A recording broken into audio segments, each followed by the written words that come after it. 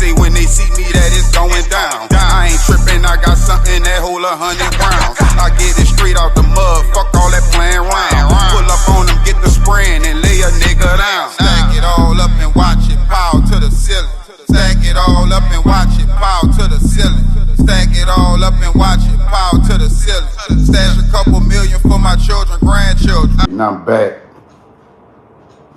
And tonight we're going to be talking about Jarnell Sanders out of Magnolia. Exactly, I'm back at it, man. Y'all already know what it is. I ain't gonna talk about. Long live Jarnell, and long live the young lady that was deleted with him. And may the peace, mercy, and blessings of Allah be with both of their families.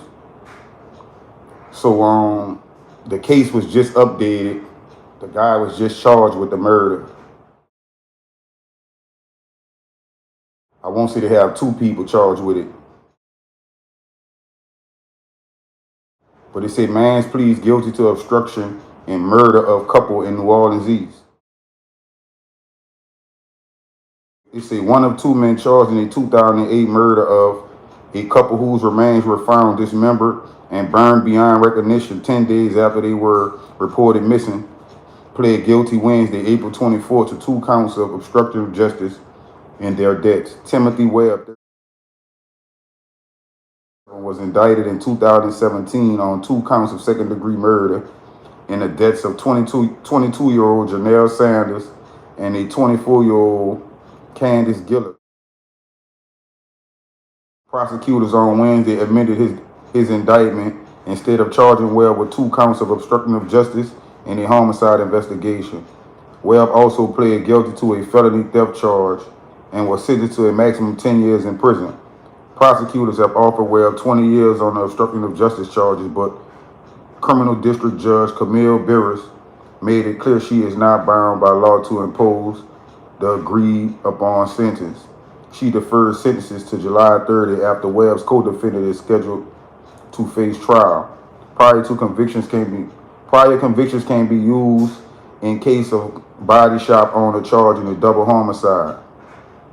Beres spent 30 minutes in her office after listening to the victim impacting statements and told Webb when she reserves the right to sentence him to the full 40 years on each obstructing count.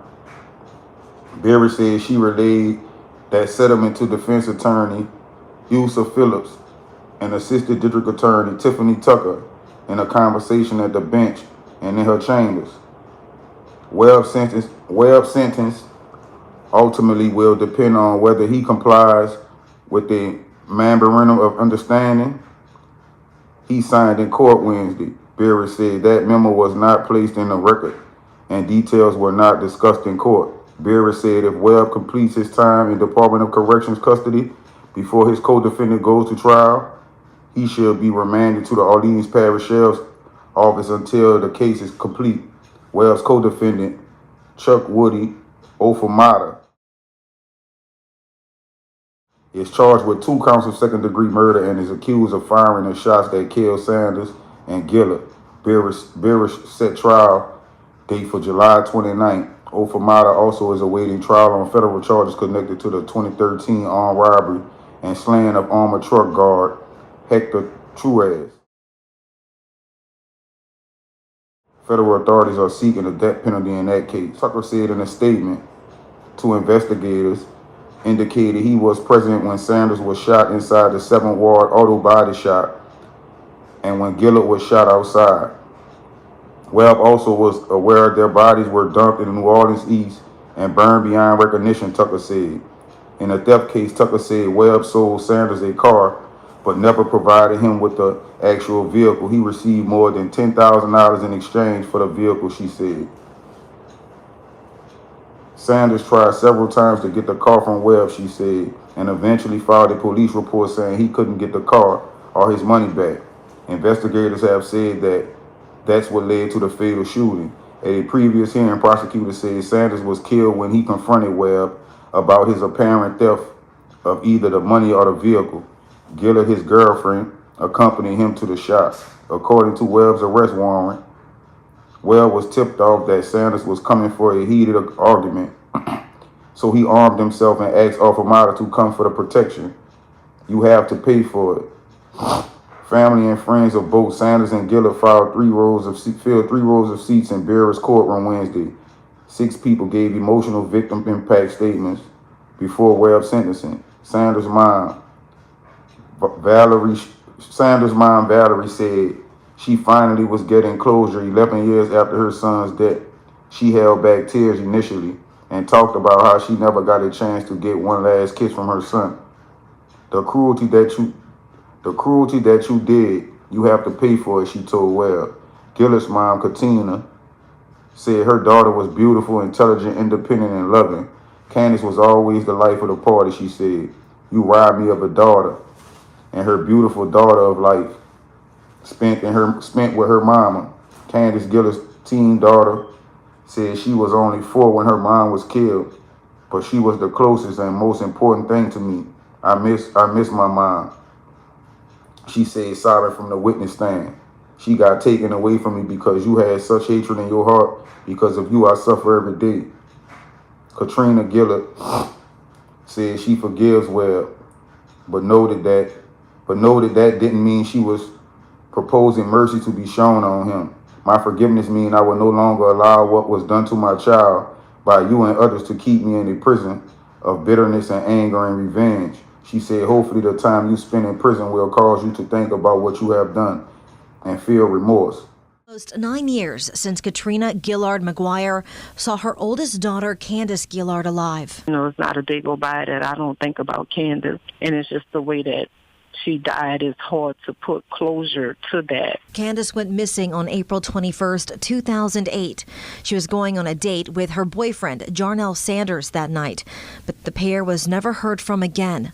About a week after their disappearance, their bodies were discovered inside of a burned SUV in New Orleans East. The vehicle abandoned near Michoud and I-10. I wouldn't wish that on nobody's child. I don't care what type of life they live. It's just, it wasn't fair. It wasn't fair to her. She was only 24, and her life was cut short for stupidity. No one has the authority to take somebody else's life. A frustrated New Orleans detective, Winston Harbin, says he knows of several people who have information pertaining to this case.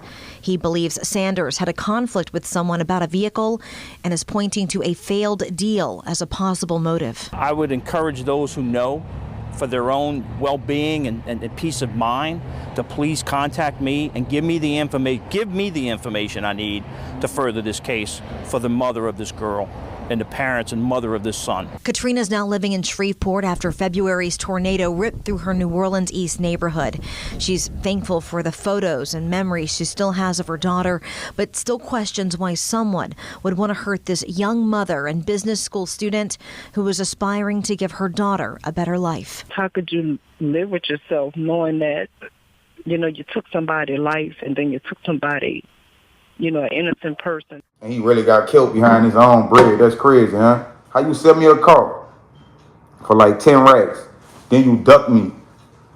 Keep on ducking me, you heard me? Then when I do get in touch with you, it's a problem. Don't give me my money back or give me my car. Like, how that go? Then you got the nerve to kill me behind my money, me and my girl and my child. Then go to the extent is to where it's trying to, really make it to where people can't even identify us. Like, that's crazy. Like, come on, man. How you figured you was going to be able to take these people money and then double back and do that and think you going to get away with it? Come on, man. It's just crazy, man, how Jarnell was really like that and got caught up like that because he wasn't expecting that. You feel what I'm saying? That be the ones, like, you feel me? He looking at dude and them like regular car salesmen. You feel what I'm saying? He ain't looking at them like no steppers. You feel me? And that's why they see it comes in all shapes and sizes, bro. They got wolves out here in sheep clothing. Real talk. Just like they got sheeps in wolf clothing. You feel me? And that's just what he ran across, you know what I'm saying? He ran across some sick people that he ain't anticipate to even be like that. Because he probably felt like, man, look, I'm about to go down here. And yeah, he probably was going to go down there, you know what I'm saying? Up his flick, do what he do. You feel what I'm saying? But it ain't even turn out like that. Like, dude and them already was waiting for him to come like that. Because they probably already had did their research and already knew what type of person he was. He just ain't know. You know what I'm saying? Them people arms be long, man. It probably wasn't enough for him to reach out to somebody and get them to, run his background and see what type of person he is, you feel me? So they already know what they dealing with. That's why he walked into something that he wasn't anticipating, you feel me? And he probably had them went off on dude them on the phone. Like, look, man, you don't have my car, man. This, that, and the third, woo, you feel me? And that shit went left. And that's sad, bro. Real talk. They really ain't show no remorse. Like they really whacked the man, whacked his girl, and the girl was pregnant. Like, come on, man. Then y'all did the people like that to where the people couldn't even really, you feel what I'm saying, identify the people body. Like, man, come on, man. That's like some real hatred shit. You feel me? Like, it was way deeper than the car. All the money. You feel what I'm saying? Like that like when you kill somebody like that, that means you had real hatred in your heart for these people. You feel what I'm saying? Or you just a sick individual. One of the two. That's cold though, bro. Which I already knew that it was, well, I allegedly knew it had something to do with a dispute, but I didn't know that the dispute was behind a vehicle. I think I heard it before, but I hadn't heard other stories too. You feel me? Like the man jacked the plug and, you feel what I'm saying? Nigga from Atlanta came down and whacked the man. And it just, people just say shit and people run with the first little shit they hear. You feel what I'm saying? It all depends on who mouth it come out. But, you know what I'm saying? That was the rumor, allegedly. You feel what I'm saying? That the man went with the move on something from the A. And they came down here and, you know what I'm saying? All that shit probably was smoke and mirrors, though. You feel me? Or that probably the story that just was thrown out there. And that probably wasn't even from the horse's mouth. You feel what I'm saying? That probably was from somebody who really was scared of the man. You feel me? And just throw that out there. Like, man, nigga probably jacked somebody. It did. I know he was messing with such and such, so he probably jacked them out there. And, you know what I'm saying? Nigga came down here, and that's all that shit be getting started. You did. All it takes is for one person to say some shit. Everybody else gonna run with it. They ain't gonna fact check. They gonna run with that. You did. Man, that's crazy, though, man. Long live Jarnell, though. And long live the young lady Candace, man, that lost her life with him, man. Slum 1200 GGR mob shit. They can say when they see me that it's going down. I ain't tripping, I got something that hold 100 rounds. I get it straight out the mud, fuck all that playing around. Pull up on them, get the spraying and lay a nigga down. Stack it all up and watch it pow to the ceiling. Stack it all up and watch it pow to the ceiling. Stack it all up and watch it pow to the ceiling. Stash a couple million for my children, grandchildren.